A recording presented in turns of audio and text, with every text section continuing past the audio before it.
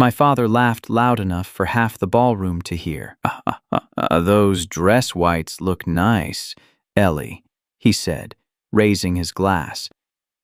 But let's not pretend you're some kind of war hero. You pushed paperwork. That's not the Navy. A few people chuckled. I stood there in my Navy dress whites, feeling every eye in the room drift toward me. My father smiled as if he had just told the funniest joke of the night. What hurt wasn't the laughter. It was that he genuinely believed it. Then something changed. On the stage, Admiral Thomas Avery stopped in the middle of his remarks and looked directly toward our table. The room slowly quieted.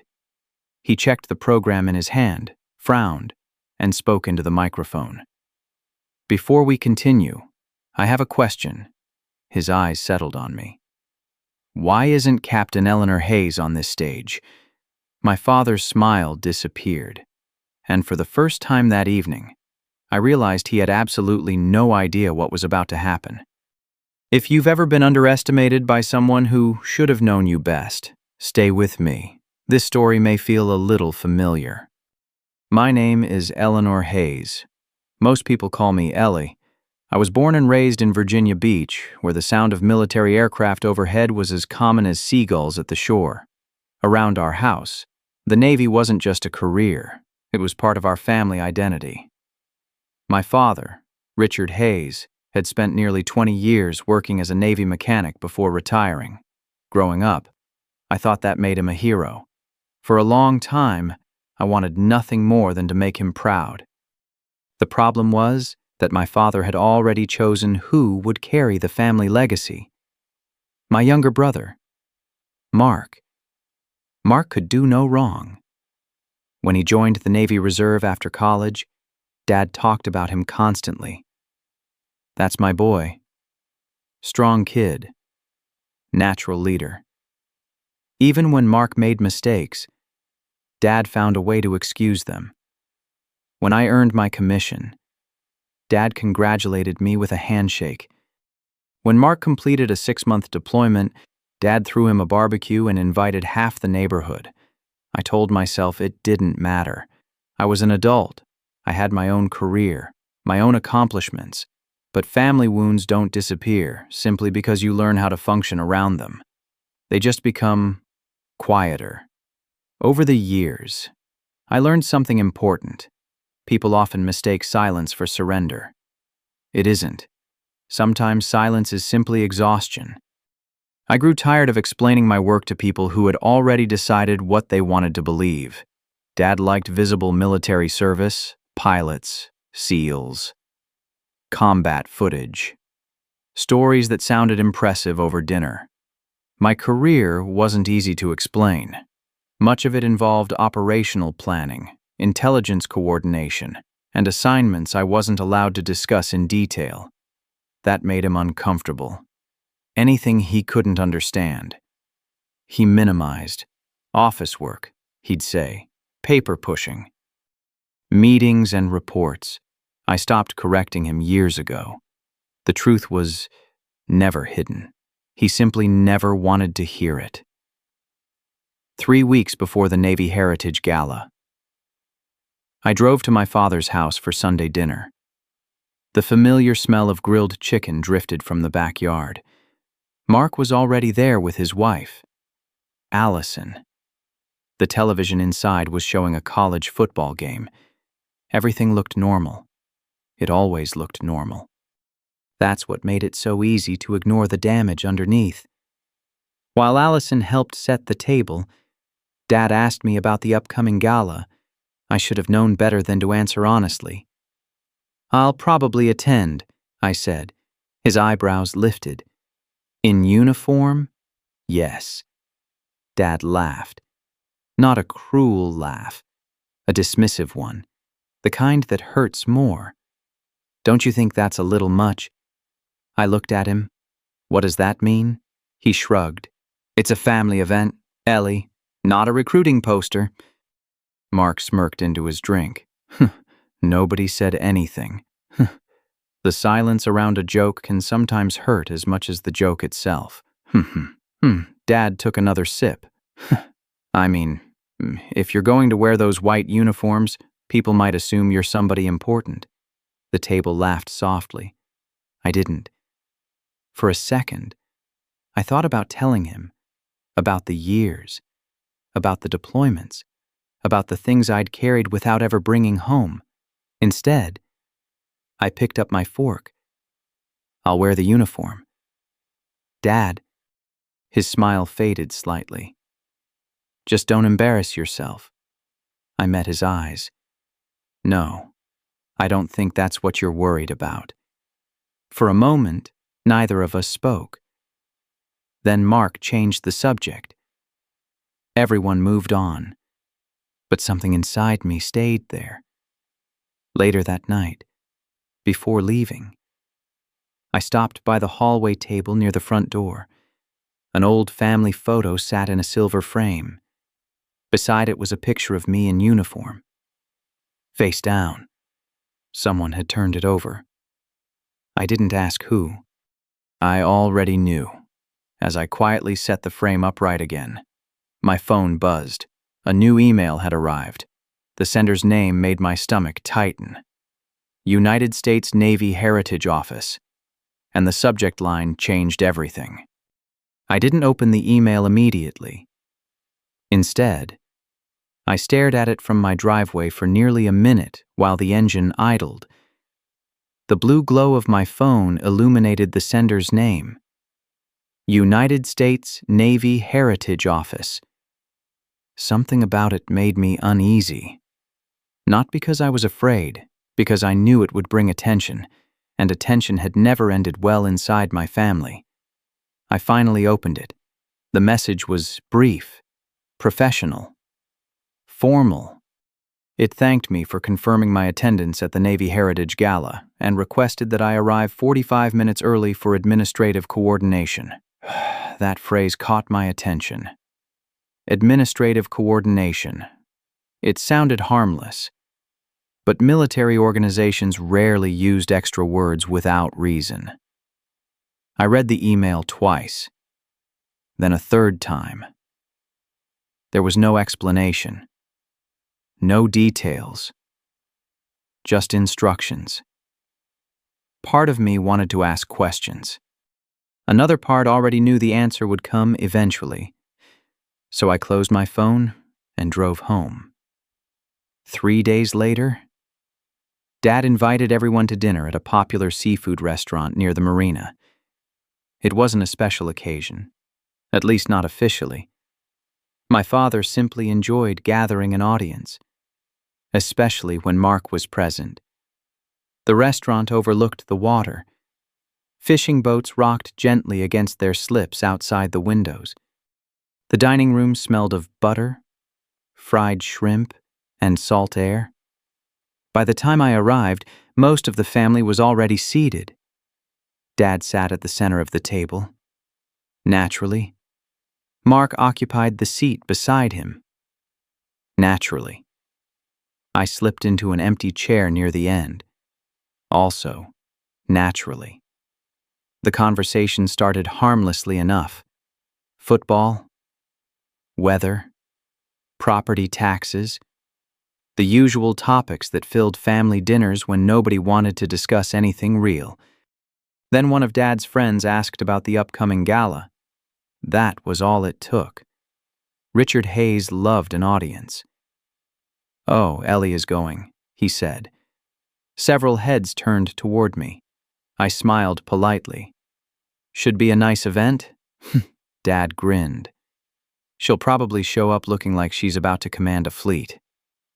Laughter rolled around the table. I took a sip of water. Someone asked what I actually did in the Navy. Before I could answer, Dad spoke first. "Nothing exciting?" More laughter. "Mostly office work," Mark joined in. "Translation spreadsheets." A few people chuckled harder. "PowerPoint warfare," someone added. The table erupted. I felt heat rise in my chest. Not anger. Something older than anger. Disappointment. What hurt wasn't that strangers misunderstood me. What hurt was that my father had spent years helping them do it. I set my glass down carefully. You don't actually know what I do. Dad waved a dismissive hand. If it was interesting, we'd know about it. The people around him laughed again. I didn't. People often imagine humiliation as something dramatic, a screaming match, a public scene. But sometimes humiliation is quieter.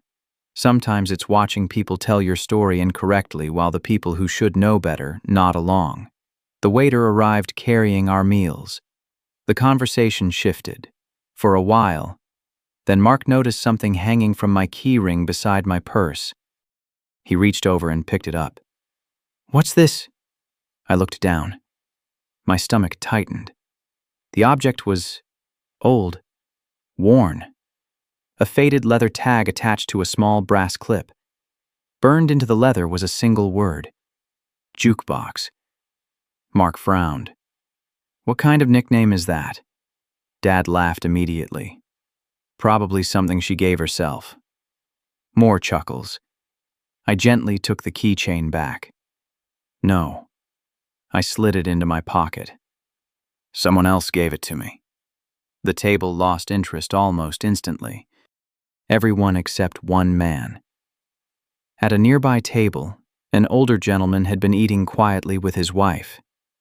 The moment he heard the word jukebox, his fork froze halfway to his mouth. His eyes moved toward me. Not casually. Carefully. Like someone recognizing a face from a photograph. Or a name from a report. For several seconds, he stared. Then he slowly stood up from his chair and started walking toward our table. The older man stopped beside our table. For a moment, nobody spoke. My father looked mildly annoyed by the interruption. The stranger looked at me instead. Not my father. Not Mark. Me. His eyes settled on my face, then briefly on the keychain I had tucked into my pocket. "I apologize for interrupting," he said politely. "But did I hear someone say, jukebox?" The entire table turned toward him. I nodded once. His expression changed immediately. Not surprise. Recognition. The kind that comes from memory. "You served in East Africa?" he asked. A strange silence settled over the table. I answered carefully. "Years ago." The man smiled faintly. "I thought so." Before anyone could ask another question, his wife called softly from their table. He glanced back toward her, then he looked at me one last time. It was an honor. "Captain." My father blinked. "Captain." The word seemed to hang in the air. The stranger nodded respectfully and returned to his seat. Nobody spoke for several seconds. Then Dad laughed. A forced laugh. The kind people use when they don't know what else to do. "Well, that was weird." The conversation moved on, but I noticed something. For the first time all evening, nobody was laughing at me. Not because they understood, because they were confused. And confusion is often the first crack in certainty. The dinner eventually ended. I drove home alone. Rain tapped lightly against the windshield as I crossed the bridge toward my apartment. The stranger's words stayed with me. It was an honor. Captain. I hadn't heard that tone in years. Not outside military circles. Certainly not around my family. When I reached home, I climbed the stairs, unlocked my apartment, and set my keys on the kitchen counter. The silence felt comforting. Predictable. Safe.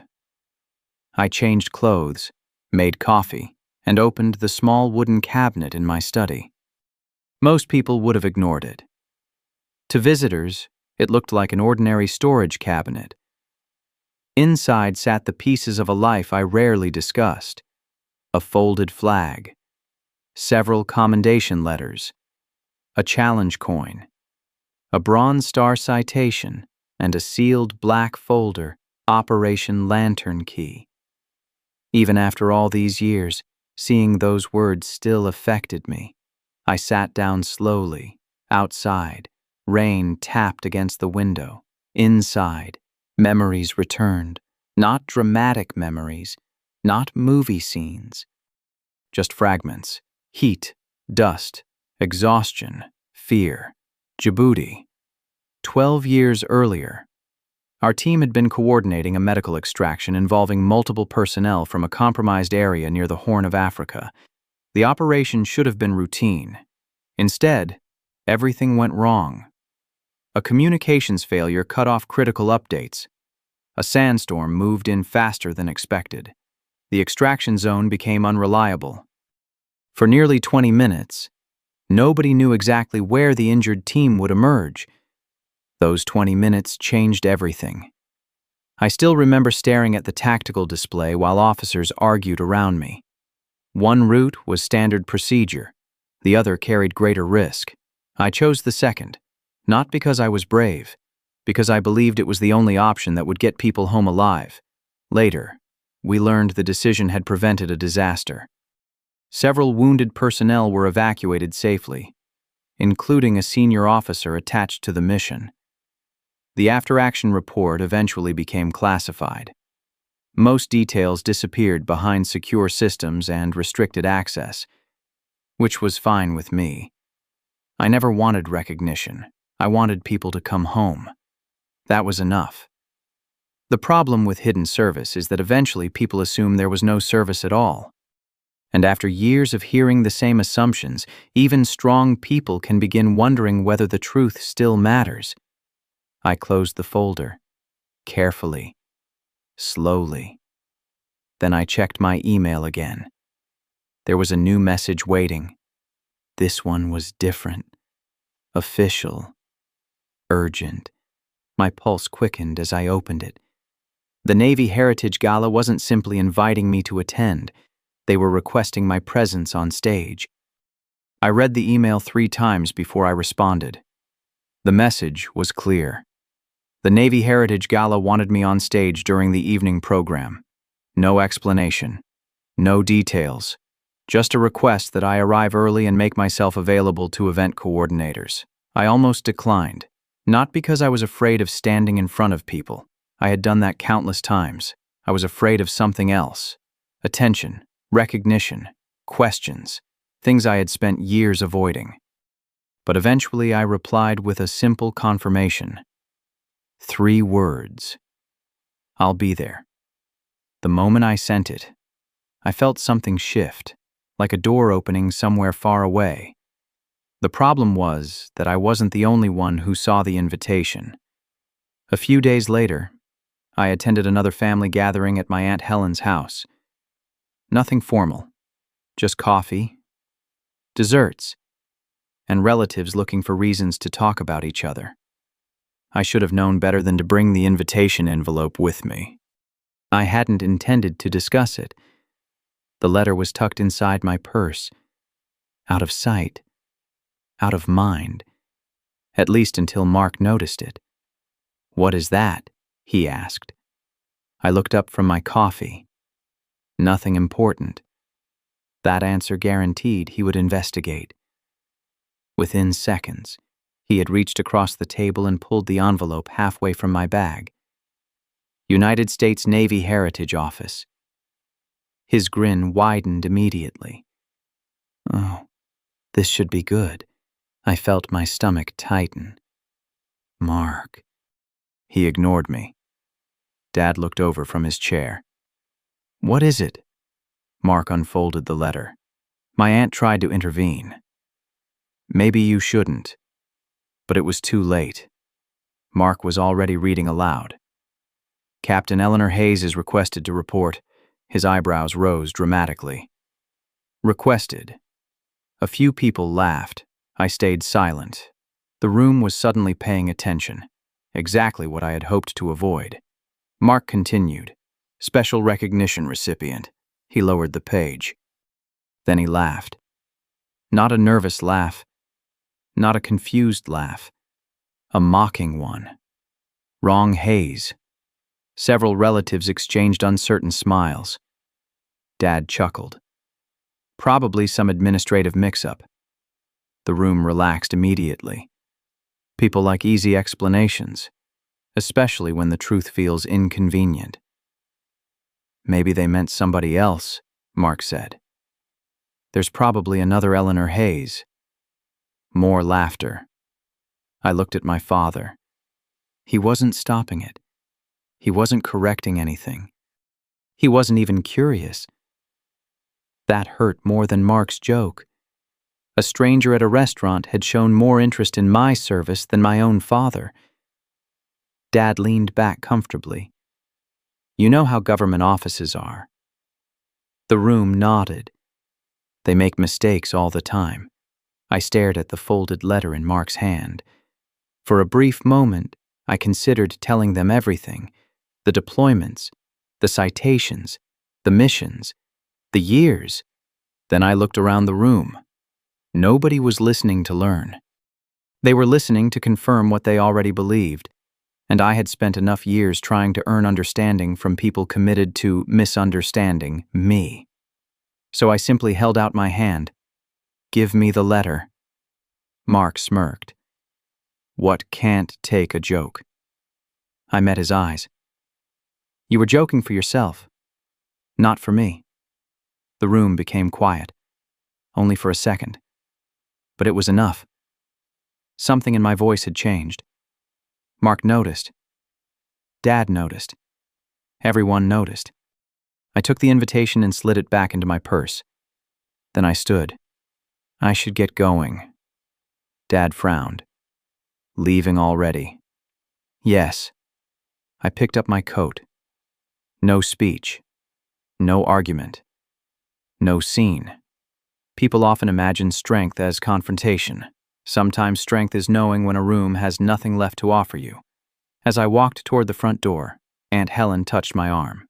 Her expression was different from the others. Concerned. Almost apologetic. Ellie, she said softly. I stopped. What is it? She hesitated, then lowered her voice. There's a man who called here yesterday asking about you. My pulse slowed. Who? I don't remember his name. She thought for a moment. But he said he served with someone named Avery. Every sound in the room seemed to disappear. Avery. Admiral Thomas Avery. The same name from the gala. The same name from years ago. Aunt Helen squeezed my arm. He said he'd be contacting you soon. That was when I realized something important. The invitation wasn't an accident, and whatever was coming next had already started moving. 3 days after Aunt Helen told me about the phone call, my own phone rang. The number was unfamiliar. Washington. See, for a moment, I considered letting it go to voicemail. Instead, I answered, "This is Hayes." There was a brief pause. Then a woman's voice spoke. "Captain Eleanor Hayes." "Yes. This is Commander Sophia Reyes."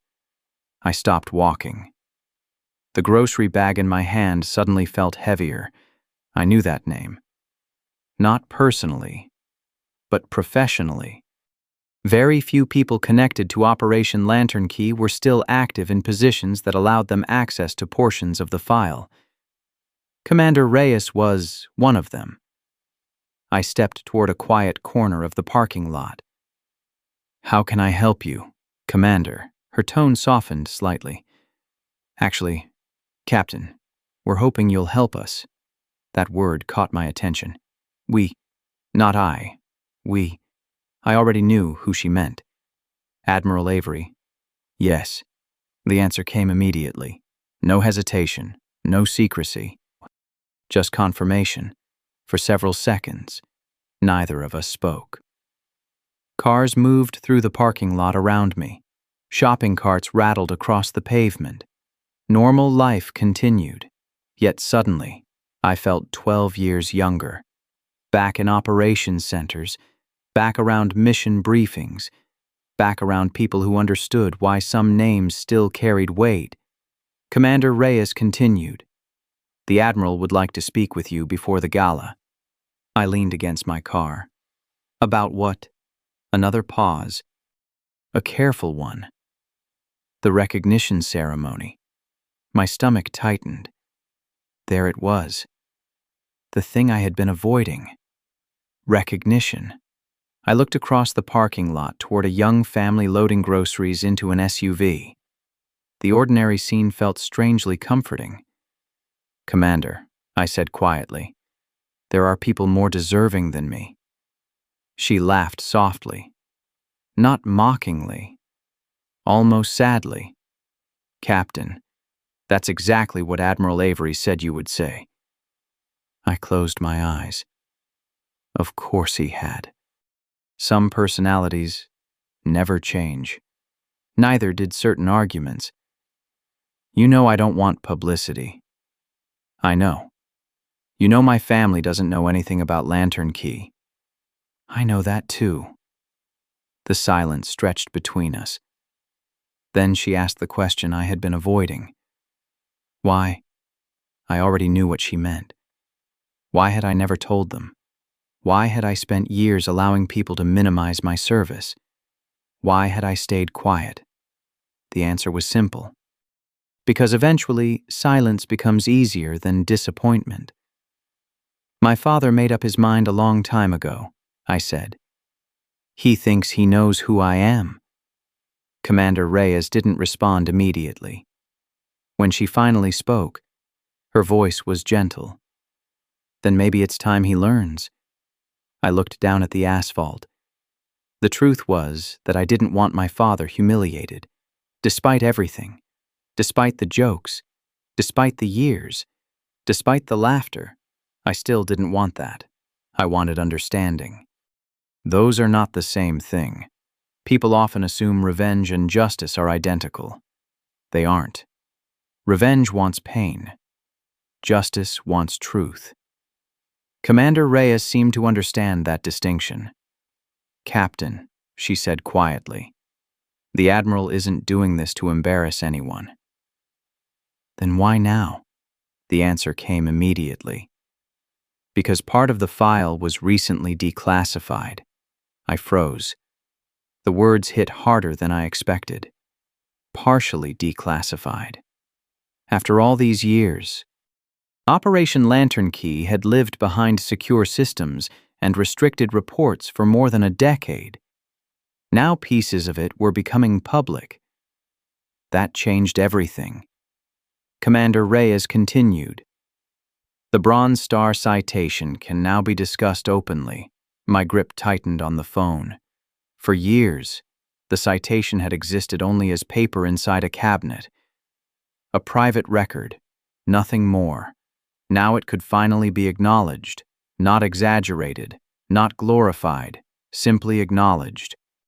Before ending the call, Commander Reyes gave me one final piece of information. "The Admiral will see you at the gala." I nodded. Understood. Then she added something unexpected, something that stayed with me long after the call ended. "One more thing, Captain." Yes, her voice became firm, respectful, military. "The people laughing at you have no idea what they're standing in front of." The line went quiet. The call ended. I stood alone beside my car for a long moment. Then my phone vibrated again. A new text message appeared. The sender was my father. 3 words. "Don't overdress tomorrow." I stared at the screen, and for the first time, I realized how close the truth had become. The Navy Heritage Gala was held at a waterfront hotel overlooking the Elizabeth River. By the time I arrived, the sun had already disappeared behind the harbor. Lights reflected across the dark water. Inside, the ballroom glowed with polished brass. white tablecloths, and rows of military uniforms. I had attended events like this before, but that night felt different. Not because of the ceremony, because of my family. I sat in my car for nearly 5 minutes before stepping out. The text message from my father still lingered in my mind. "Don't overdress tomorrow." I almost laughed thinking about it. Navy dress whites weren't overdressed. They were regulation. They represented years of service, sacrifice, responsibility, and trust. But to my father, they were something else, a spotlight, and he had spent years making sure that spotlight pointed somewhere else. I took a deep breath and walked inside. The moment I entered the lobby, conversations softened around me. Not dramatically, just enough to notice. Several active duty officers nodded politely. I returned the gesture. Near the registration area, a senior enlisted sailor glanced toward me. Then, looked again. His posture immediately straightened. He stepped aside and quietly said, "Good evening, ma'am." I smiled. Good evening. Simple. Professional. Nothing unusual. Yet it reminded me that outside my family, people saw me differently. Not as a joke. Not as an inconvenience. Not as someone pretending. Just as an officer. The ballroom doors opened. I stepped inside. My family was already seated near the front. Dad waved me over. Mark smirked the moment he saw the uniform. Wow. He looked me up and down. You really committed to the look. I ignored the comment and sat down. Allison offered an uncomfortable smile. Even she seemed tired of the jokes. Dad adjusted his tie. "You know," he said, "people are going to assume you're part of the program." I met his eyes. "Maybe." He laughed. The same laugh. The one I had heard my entire life. "Not everything is about you, Ellie." I said nothing. What was left to say? Some conversations ended years before people realized they were over. The room gradually filled. Veterans, active duty personnel, retired officers, families, civilians. The low hum of conversation echoed beneath soft music. Then something happened. A command master chief entered the ballroom. Even from a distance, I recognized the insignia. Decades of service, the kind of sailor whose presence carried weight without effort. He was speaking with another senior enlisted leader when his eyes drifted across the room. Toward our table. Toward me. His expression changed instantly. He stopped walking. The other man continued talking for a second before noticing. The Master Chief took a step forward. Then, another. When he reached our table, he stood perfectly straight. "Captain Hayes."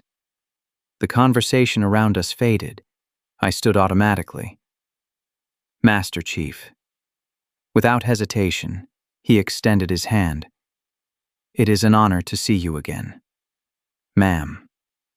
I shook it. "Good to see you, too." My father stared. Mark blinked. The Master Chief smiled warmly. Then he continued toward the front of the ballroom. The silence he left behind felt enormous. Dad finally cleared his throat. "You know him." I sat back down. "Yes." His eyes narrowed. From where, I took a sip of water. "Work," Mark snorted. "Apparently, everybody knows Ellie." Neither of them noticed how nervous Allison suddenly looked. She had seen something they missed. The respect. Not politeness. Respect. The kind that cannot be faked. The kind people earn over years. The ballroom lights dimmed slightly. The evening program was about to begin. On stage, event staff moved into position. A podium stood beneath a large Navy flag. Rows of reserved seats waited nearby.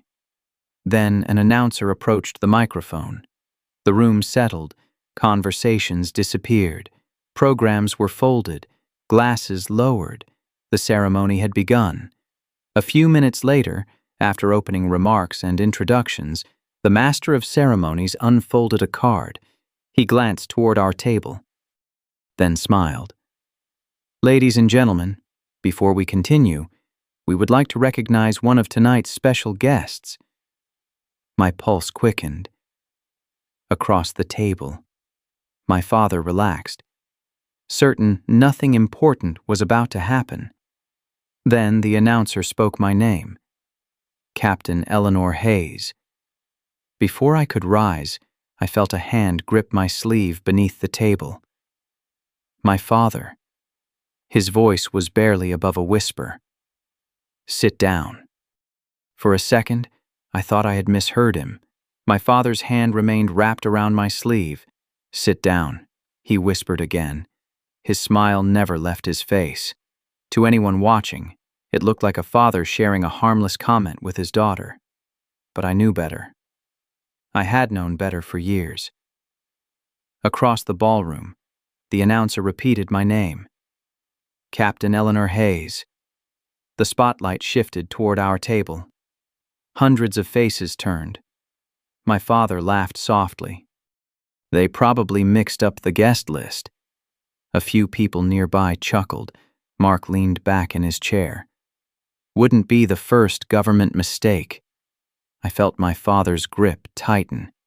Then another voice entered the room, a deeper voice, one that immediately silenced every conversation still lingering in the ballroom. "That is not a mistake." Admiral Thomas Avery had stepped away from the podium. The room went completely still. My father released my sleeve. Slowly. Confused. The Admiral looked directly at our table. Not at the crowd, not at the sponsors, not at the cameras. At us. More specifically, at me. "Captain Hayes," he said, "would you please join us on stage?" The silence that followed felt physical. I stood.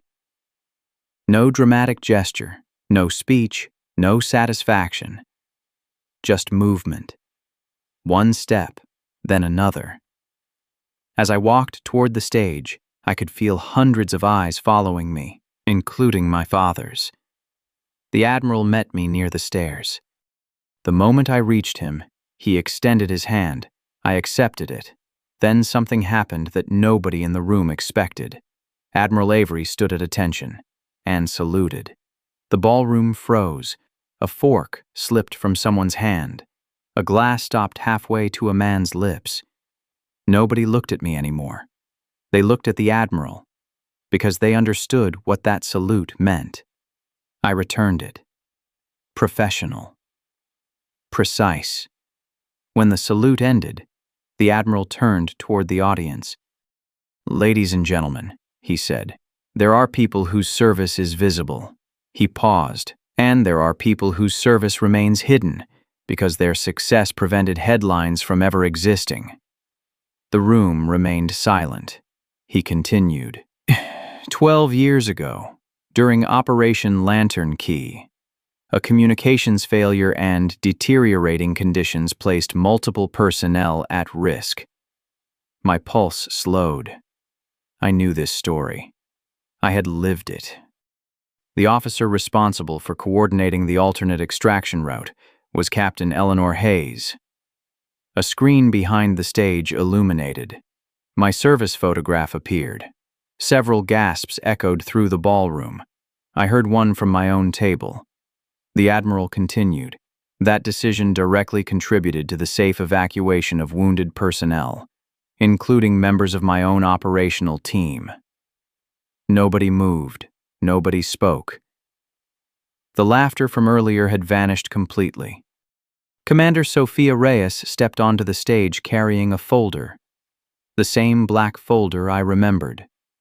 Operation Lantern Key. Partially declassified. She opened it. The sound of paper turning seemed impossibly loud.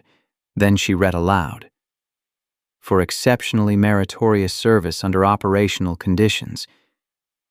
The Bronze Star citation. Publicly. For the first time. When she finished, the room remained silent. Not because they were confused, because they finally understood. Across the ballroom, I found my father's face. He looked as though the floor had disappeared beneath him. Mark stared at the stage without blinking. The confidence was gone. The jokes were gone. The audience they depended on was gone. Admiral Avery turned toward me, then toward the crowd. Some of you know her as Captain Hayes. A faint smile touched his face. But those who served with her knew her by another name. He looked directly at me. Jukebox. A ripple moved through the room. Recognition. Veterans nodded. Several officers exchanged glances. The call sign had survived. The truth had survived. Even when nobody else had bothered to ask. Finally, Admiral Avery stepped back from the microphone. The stage belonged to me. I looked across the ballroom, at the uniforms, at the families, at my father. Then I spoke only one sentence, calmly, without anger, without triumph. The truth did not need my voice all these years. It only needed time to arrive. No one applauded immediately. The room was too quiet for that. Then, one person stood, then another, then dozens, and finally, the entire ballroom rose to its feet. The standing ovation seemed to last forever. I stood quietly beside Admiral Avery while hundreds of people remained on their feet. Some were applauding, some were simply watching. A few looked emotional, others looked thoughtful, but none of them were laughing, not anymore. Eventually, the applause faded. The evening program continued. Additional awards were presented. Speeches were given. Photographs were taken. Yet I could feel something had changed inside the ballroom. The atmosphere was different now. Not because people suddenly knew everything about me. They didn't. Most never would. But they knew enough. Enough to understand that the story they had been told was incomplete. And sometimes that is where truth begins. After the ceremony, dozens of people approached me. Some wanted to shake my hand. Others wanted to thank me for my service. A retired chief petty officer told me he remembered hearing the call sign jukebox years earlier. A young lieutenant asked for advice about leadership. An elderly veteran simply smiled and said, "Welcome home, Captain." That one nearly broke me, not because of the words, because of the kindness. For years I had expected criticism, dismissal, minimization. Simple respect felt unfamiliar. Across the room, my family remained gathered near their table. Nobody seemed eager to leave, especially my father. Richard Hayes looked smaller somehow. Not physically, emotionally. The confidence he had carried all evening was gone. His easy smile had disappeared. Several people stopped to speak with him. I watched from a distance. The conversations were brief, polite, awkward. Nobody mocked him. Nobody attacked him. That wasn't necessary. The truth had already done enough. Mark looked even worse. He spent most of the evening staring into his drink. At one point he started walking toward me, then changed his mind, then tried again. Finally he arrived. For several seconds he said nothing. The silence stretched, uncomfortable, heavy. "I didn't know," he finally said. I nodded. "I know." He looked away. "I really thought—" His voice faded. He never finished the sentence. He didn't need to. I already knew what he thought, that I exaggerated, that I was ordinary, that the invitation was a mistake, that the jokes were harmless. Mark rubbed the back of his neck. "You should have told us." I considered that, then shook my head gently. "No." His eyes lifted. I continued. "You could have asked." The words landed harder than I intended, not because they were cruel, because they were true. Mark lowered his gaze. For the first time in years, he had no defense ready. No joke. No clever response. Just silence. A few minutes later, he walked away. Not angry. Just thoughtful. Then came the moment I had been dreading. My father. He stood alone near the edge of the ballroom, watching me. Waiting. People often imagine dramatic confrontations after revelations. There usually aren't any. Real life is quieter, more complicated, more painful. Richard finally approached. The closer he came, the older he seemed. For several seconds, neither of us spoke. The noise of the ballroom faded into the background. At last he looked at my uniform. Really looked at it. Maybe for the first time. His eyes paused on the ribbons, the insignia, the details he had ignored for years. Then he swallowed. "You earned all that?" It wasn't a question. I nodded. "Yes." The silence returned. My father stared at the floor, then toward the stage, then back at me. "I didn't know." The same words. Again, but somehow heavier this time. I took a slow breath. People mistake silence for forgiveness. It isn't. Sometimes silence is simply restraint. I looked at him carefully. At the man who had spent years deciding who I was without ever asking. Then I answered. "You didn't know because you never cared enough to ask." He closed his eyes.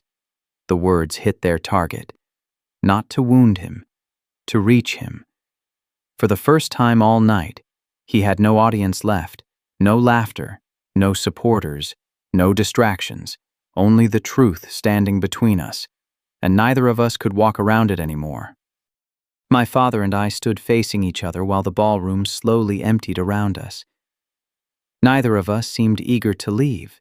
For different reasons. He was searching for words. I was deciding whether words mattered anymore. For most of my life, I had imagined this moment differently. I thought if the truth ever came out, everything would suddenly make sense. The pain, the distance, the years of being overlooked. But standing there that night, I realized something important. Truth explains many things. It doesn't automatically repair them. My father looked older than I had ever seen him. Not weak, not broken, just tired. The kind of tired that comes when someone is forced to confront a version of themselves they don't like. Finally, he spoke. "I'm sorry." The words were quiet, almost fragile. I believed he meant them. That wasn't the problem. The problem was that apologies and change are not the same thing. For a long moment, I said nothing. Then I nodded. "Thank you." His eyes lifted slightly. Hope. Small, but visible. "I should have been proud of you." The sentence hurt more than the insults ever had. Because it was true. Not because I needed praise. Because every child deserves to know that the people who love them are paying attention. I looked away briefly. Toward the stage where Admiral Avery and Commander Reyes were speaking with several guests. Then I turned back. "Dad." I don't need you to be proud of me now." His face fell slightly. I continued before he could respond. "What I needed was for you to care enough to know me." The silence returned, but it felt different this time. Not hostile, honest. My father nodded slowly, as if he finally understood the difference. A few feet away, Mark stood waiting, not interrupting, just listening. When our eyes met, he stepped forward. "I owe you an apology, too." I smiled faintly. "Probably." For the first time all evening, he laughed without cruelty, without an audience, without trying to win, just honesty. "I was a jerk." "Yes," I said. "You were." Even he smiled at that. Something eased between us, not repaired, but opened, like a door unlocked after years of being stuck. A little later, I stepped outside onto the hotel terrace overlooking the river. The night air felt cool against my skin. The harbor lights shimmered across the water. Behind me, music drifted faintly through the ballroom doors. Commander Reyes joined me a few minutes later. Neither of us spoke at first. We simply stood there, watching the water. Eventually, she smiled. "How do you feel?" I considered the question. People expect stories like this to end with victory, with revenge, with triumph. That wasn't what I felt.